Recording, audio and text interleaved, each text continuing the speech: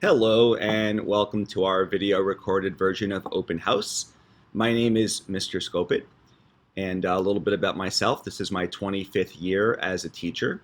I've spent all 25 years teaching either third or fourth grade, which I think makes it very advantageous for your child, seeing as I know all of our standards as well as the ones to come ahead in fourth grade.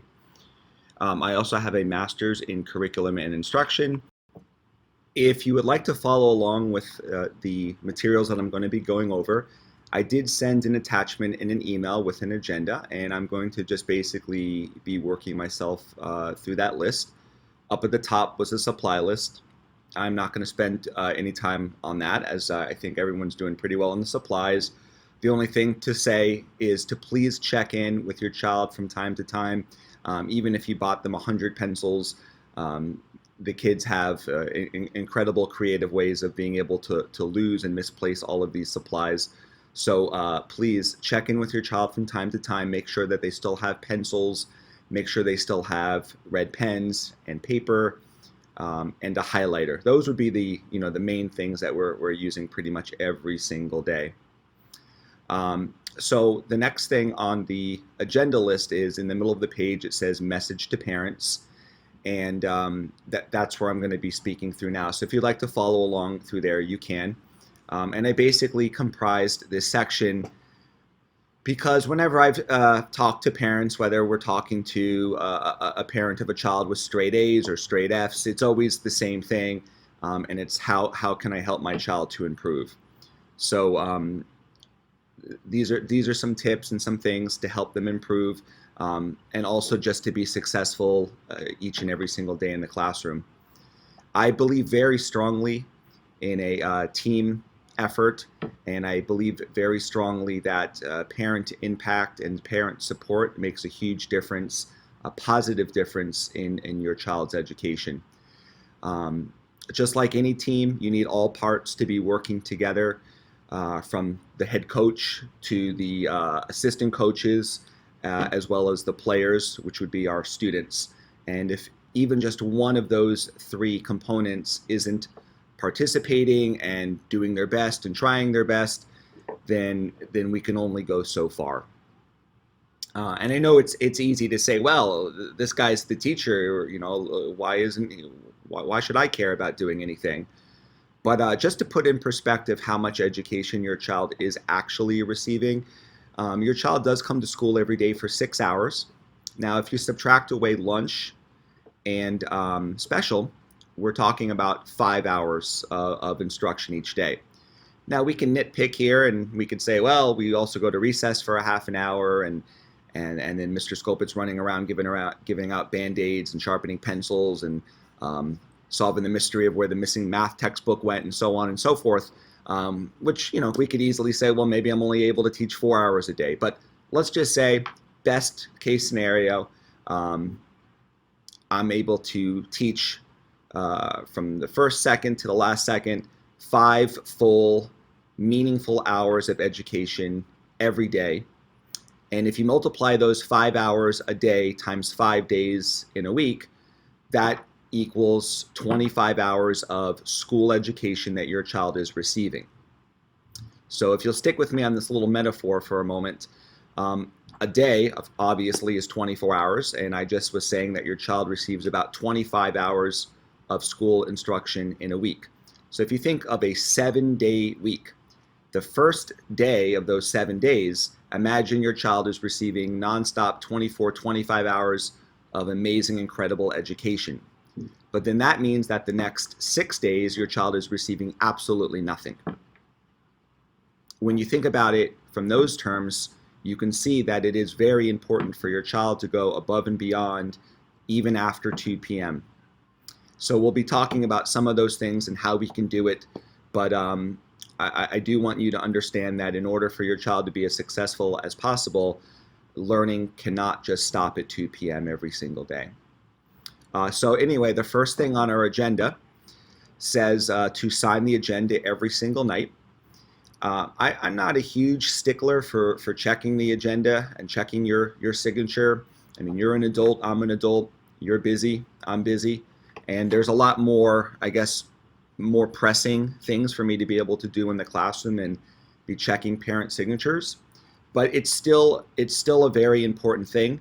When you review the agenda each and every single night, you're allowing yourself to see the specific assignments that your child is, or homework assignments that your child is doing, and hopefully maybe even just taking 1 minute just to have your kid hold it up and show it to you so that you can at least verify that they've done the homework, and I'll take care of going over it the next day.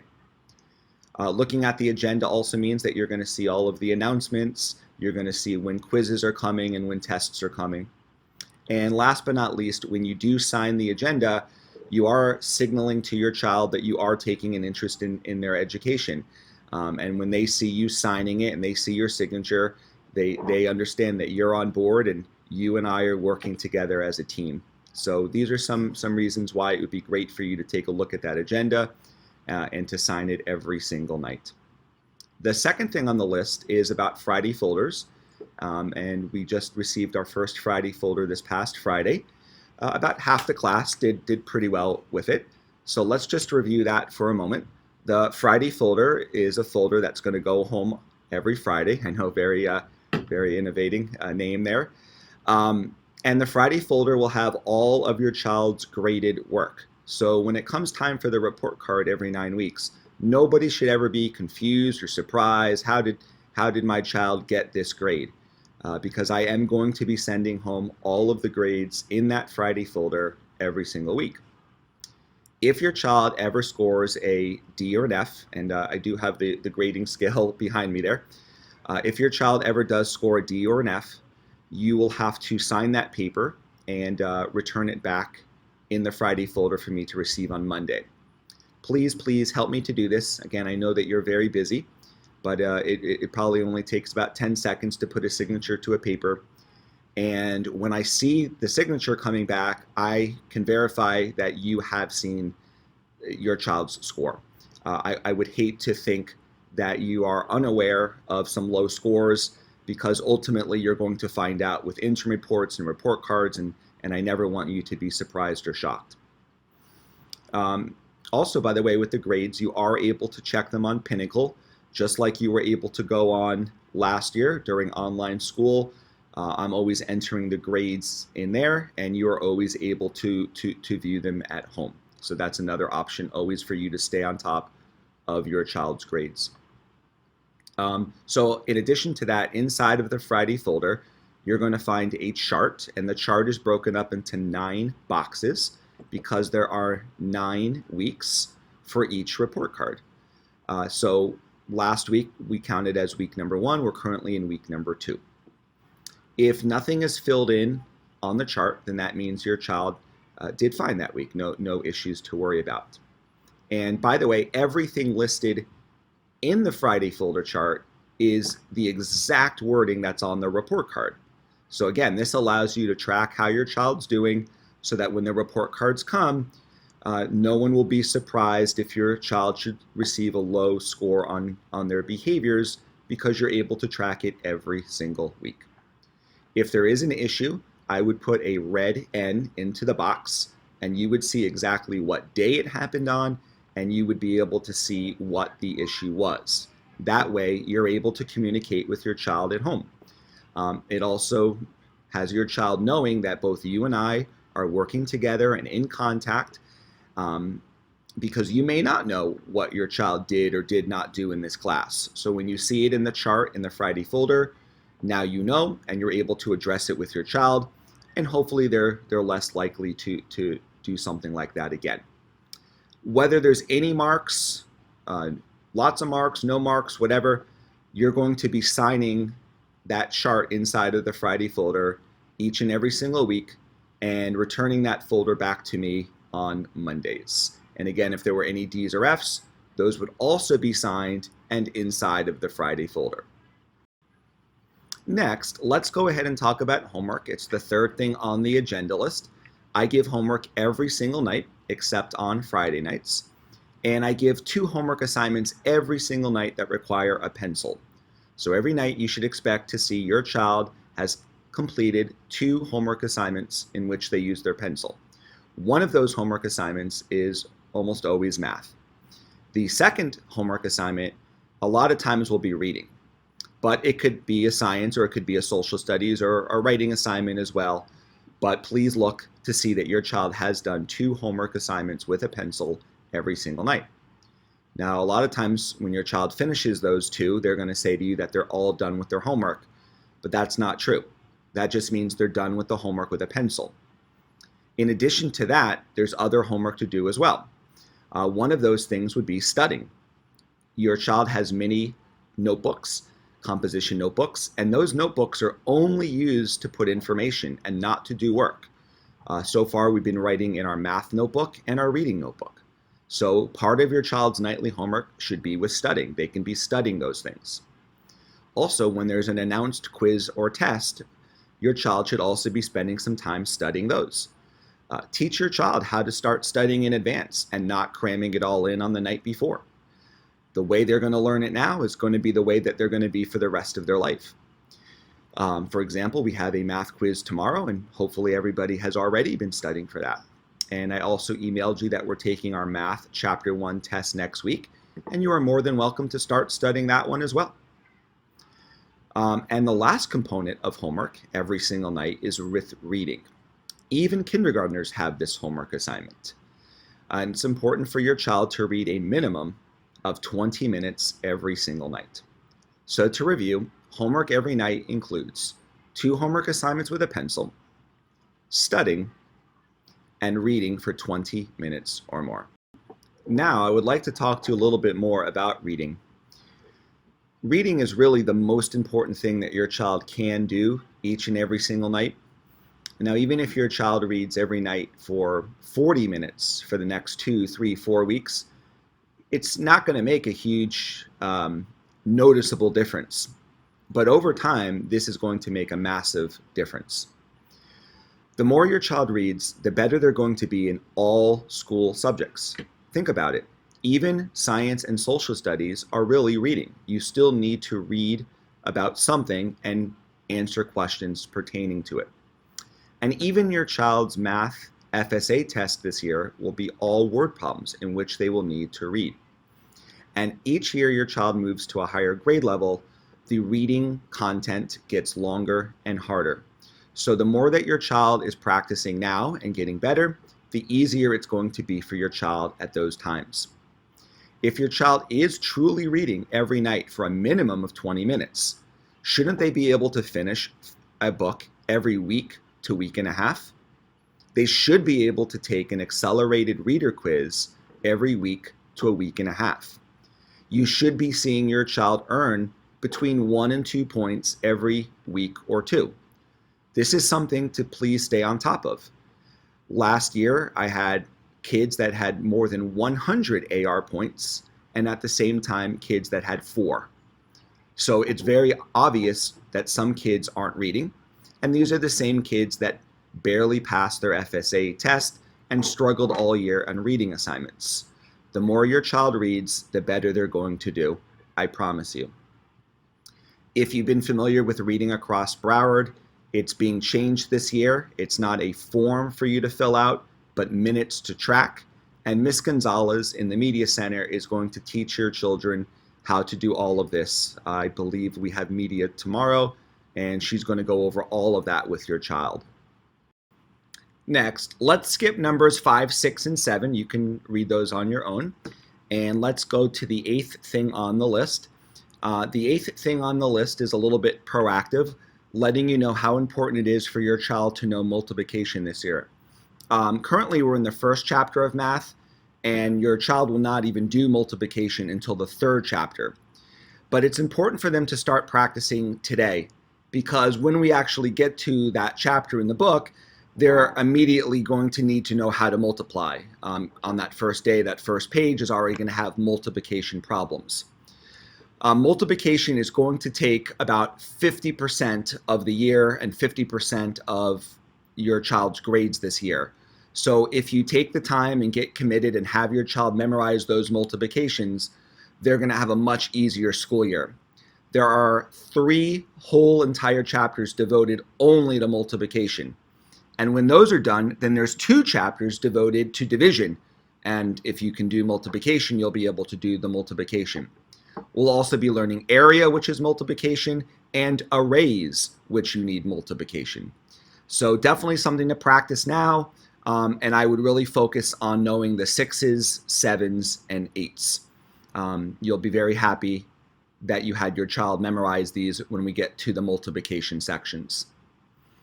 In addition, I wanted to let you know that in our class we have multiple centers in which your child is able to go to when they complete their other work. One of those centers is a math center, and it's filled with all different types of papers on the math that we're currently doing. So far we've done things like subtraction, rounding, and place. And I have told your child this every single day of school so far, that if they ever feel that they're struggling or needed extra practice, they're always welcome to go to that math center, grab some papers. They could either do papers in class if they have that extra choice time, and they're always allowed to bring them home. And you parents, you are allowed to ask your child to bring these things home as well. In addition to the Math Center, we have a World Center, which has reading papers, but on a cultural and country theme. So if you want your child to get additional reading comprehension practice, you can always ask your child to bring those home. We also do a question of the week, actually 2 questions. And again, it's an optional assignment, but you can always I just want you parents to know about all these things that are available, and you can always ask your child as well and say, I'd like you to bring home the question of the week to do, or I'd like you to bring home a one subtraction paper home today. I'd like you to bring home a reading paper from the World Center. They're hearing it from me, and half the class is already doing it independently, but I want you to know about it as well so that you can have your child take advantage as well. Let's see. So our 9th thing on the list is about keeping an open communication. And I believe I put on the forum that the agenda is the most effective way to stay in communication, but that's old news. We do have Class Dojo, and that's a very convenient way for us to be able to communicate. And of course, so is email. And I think we're all connected on both of those things. Please have some understanding and compassion for me that I can't always respond in the moment that you send it. When you're sending it during the school day, I'm teaching. And you know, you wouldn't want me to constantly be checking my phone while trying to teach your child. So please understand that sometimes it could take me some time to get to it. Now, when I do get to it, I'm scrambling because I'm either able to get to it at some point. If I give the students a couple of problems to do, I'll run to my desk and see what I could check, or on my moment when I have a break.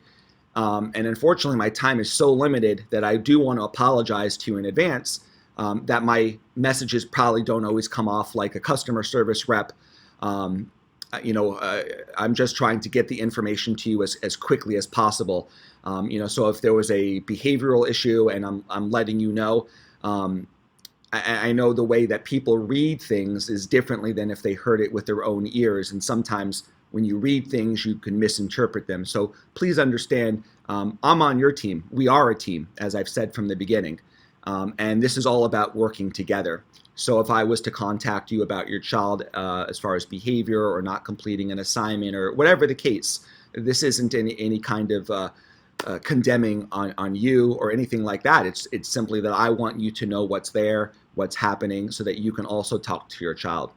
I think that when they find out that you know what's going on, they know that we're in contact and communication, and they're less likely to mess around or miss something. So I think that is an important thing.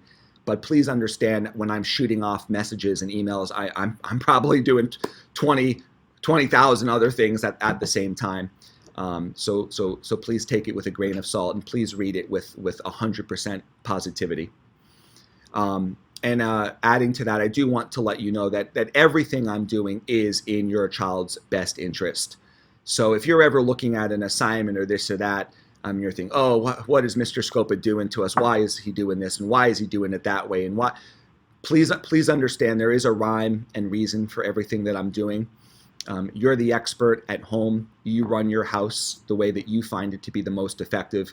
And it would be pretty ignorant of myself to tell you how to run your own house when I don't know all of the ins and the outs. The same goes for me as the teacher. I am trained, I do have experience, I do take courses and classes, I do know the objectives, I do know what we're working towards.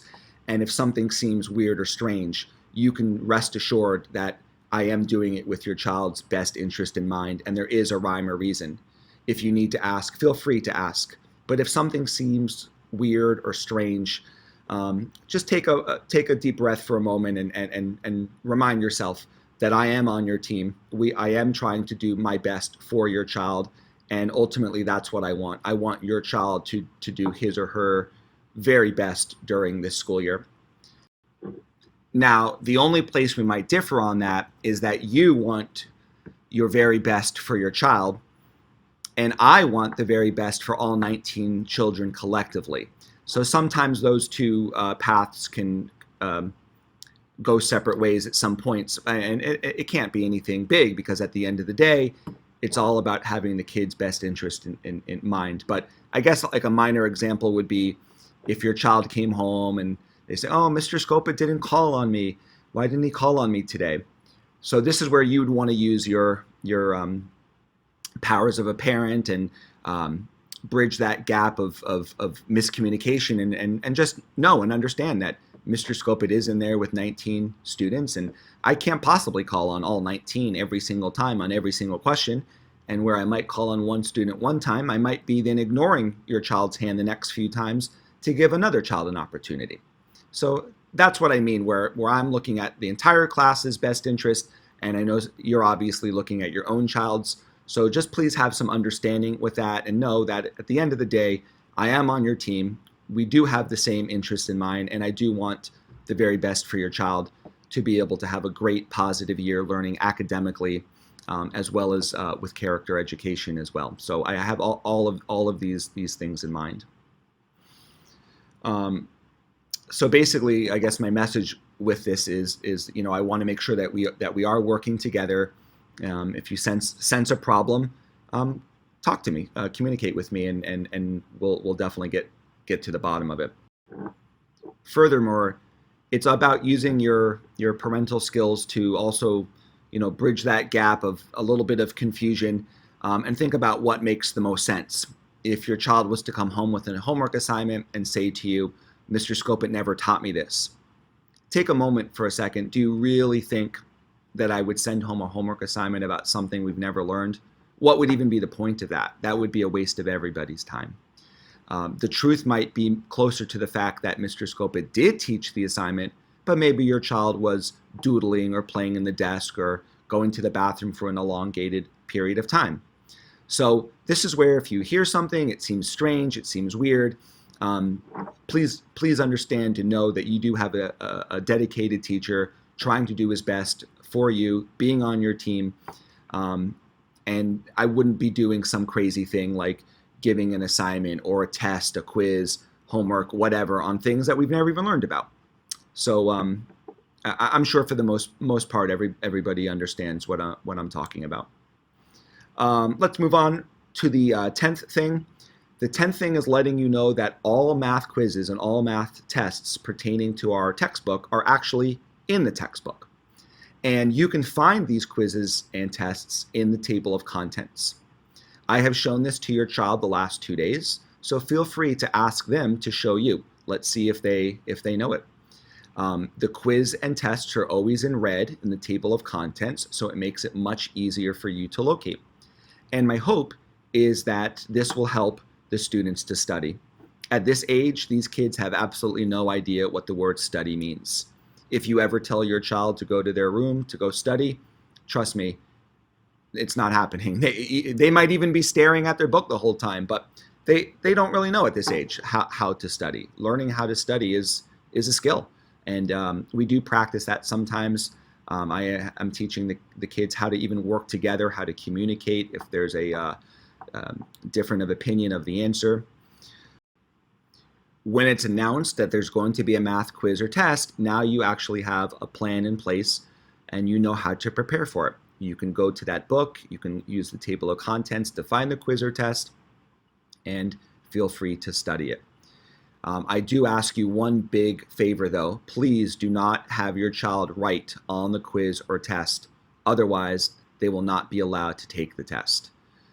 They still need to do the test fresh on the day of, but they can prepare in advance. So that means when you're opening your math book and you are looking at the exact assessment, you could either pull out a blank loose piece of paper and practice on that paper, or you can even make a photocopy of the quiz or test, and then your child could write directly on that paper. So these are great ways to be able to study. Another advantage is if you have your child study in advance and they come along a question that they just can't do, well, now they actually know what they don't know. And now they would be able to come to me and say, Mr. Scopit, I need help with question number so-and-so. And then I'll be happy to help. The only time I will not help is in the middle of the test or the quiz, which again is why they need to study. Because if they don't study, by the time they realize they don't know it, it's too late. It would be during the test. So again, those tests and quizzes are there for you, and it should give you a great opportunity for your child to do much better on their math assessments. Excuse me, the 11th thing on our list is I'm asking you to please take note of each grading period, each report card period. There's typically 9 weeks for every marking period. Now your child is still even learning how to understand that they're getting grades and what grades even mean. But here's where it gets a little confusing, unfortunately, is when this first marking period of 9 weeks ends, your child does not receive the report card on that day. In fact, we're not even allowed to send those report cards home until 3 weeks later. Now, by that time, that means we're already 3 weeks into the second report card. So it's important for your child to know when a grading period ends and when a new grading period begins. Maybe your child was doing poorly in an area. When that next grading period begins, those bad grades are wiped away. And that's a new opportunity for your child to get off to a new start. The same thing goes with the behaviors of the Friday folder. That chart will be removed and your child will receive an entirely new chart to start fresh for the second period. If we want them to start off on their best foot, give their best effort and look for things to improve, then they need to know when one period ends and the next period begins. I want to also make sure to talk to you a little bit about the FSA. If you're not familiar, this is a state test, and third grade is the very first time that these children take the test. They will now be taking it for the rest of their school life, every single year, all the way through 12th grade.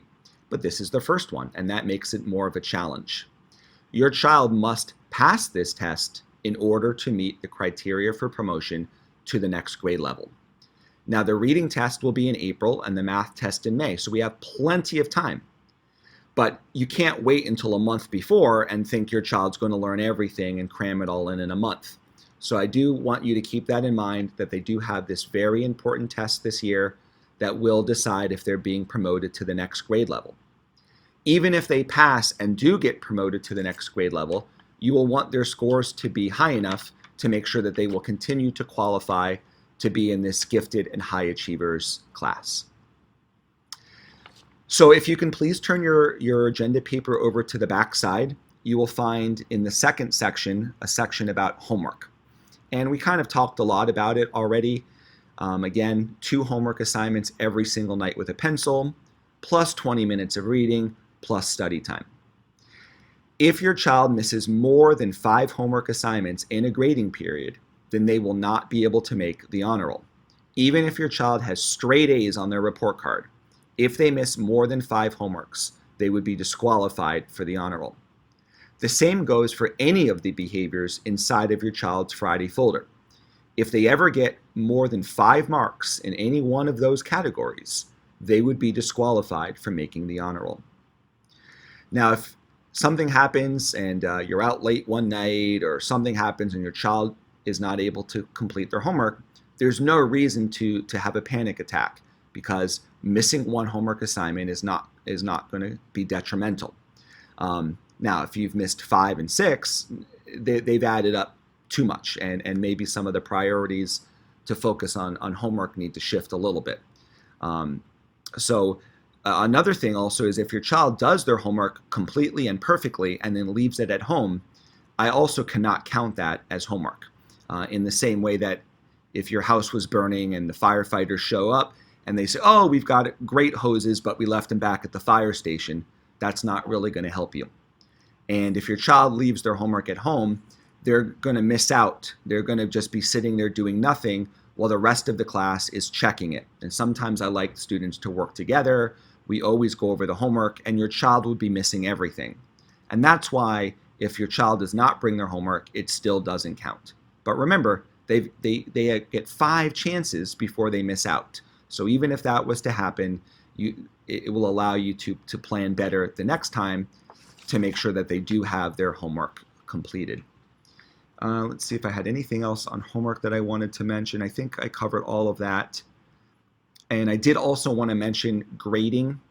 This is the first time that your child is receiving grades, but they don't get A's, B's, C's, D's, F's. They get a number value, which is, again, that one that's behind me on the board right now. This is not a Mr. Scope-It policy. This is the policy, I don't know, for the county or the state. But the reason I bring it up is if your child was ever to get the letter A and the letter F, those 2 grades average to a C. But because I'm not allowed to give that, imagine if your child, let's say, had a 95%, which is an A, and a 30%, which is an F. When those 2 numbers get merged, it actually comes out to a D. So the lower percent that your child gets, the lower it's going to drag their actual grade down. Basically, if you're going to fail, you better fail with a 59, not with a 30 or a 20 or a 10 or even a 0%. So it's important that your child and you are aware of that, because low scores can really affect an overall average. The last thing that we're going to talk about is our class behavior system, which is a money system, and I would bet that your child probably has already talked to you about this. They usually get pretty excited about the class dollars. Basically, everything and anything that your child does correlates to dollars, whereas negative actions, behaviors would result in them owing me money, and positive actions would result in them receiving money. I told you earlier about our centers. In all of those centers, the boys and girls are able to earn additional class money.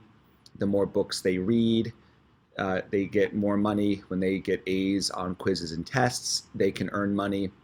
And then on the flip side, there's negative consequences as well. For example, if they do not do their homework, if they're not following directions, making a mess, and the basics of lying, cheating, stealing, any of these things would correlate with a negative penalty. Every 9 weeks, when we're ready to have our report cards, that's when we'll have a class auction. And the kids get really excited for the class auction, and especially after the first one, because that's when they can finally see all the prizes that they can win. If you would like to donate any prizes, that would be wonderful. And it could really be anything. Lots of parents find all kinds of goodies, even at the dollar store. And it could be anything from the fidget toys that they like, to cards, Pokemon cards or whatever, to candy, toys, fun little jewelry, puzzles, whatever. You're the expert. You know the kids. And if you'd like to donate something, we do it every 9 weeks. So that would definitely be appreciated. And if you ever hear your child talking about how they owe money or they lost money, where it might sound a little amusing to us as adults, keep in mind that in the context of the classroom, then that is a pretty serious thing, because owing money and being unable to pay it means that your child has done so many negative things and not enough positive things to be able to have enough money to pay off their debt. That's pretty much everything. I know that it was already a very long time. Feel free to look over the agenda, the front and the back. I didn't speak about every single thing on there, but feel free to look at it. If there comes a time that you would like a conference, just simply write me an email or a class dojo, and we'll set something up. After school at about 2:20 p.m. is really the best time. Mornings are really not a good time at all to do the conferences. But if that's all you're able to do, we'll try to find a way to make it work. But again, I know some of you might want to wait a little bit, allow your child to have some time in the class before we set up a conference so that we'll have some things to talk about. However, some of you might already have some pressing concerns or needs, and in that case, we could set conferences up now if you're ready to do those as well. Again, that's everything. Thank you so much, and I'm looking forward to having a great year with your child and also with you for sure. It's going to be a really positive year, I'm sure, and I think all around your kids are going to have a great experience. They're going to enjoy being in the class, and they're going to definitely learn a lot in this class this year. Thank you, parents, for everything. Thank you for attending, or thank you for watching. Thank you for all that you do, and it's going to be a great year. Thank you.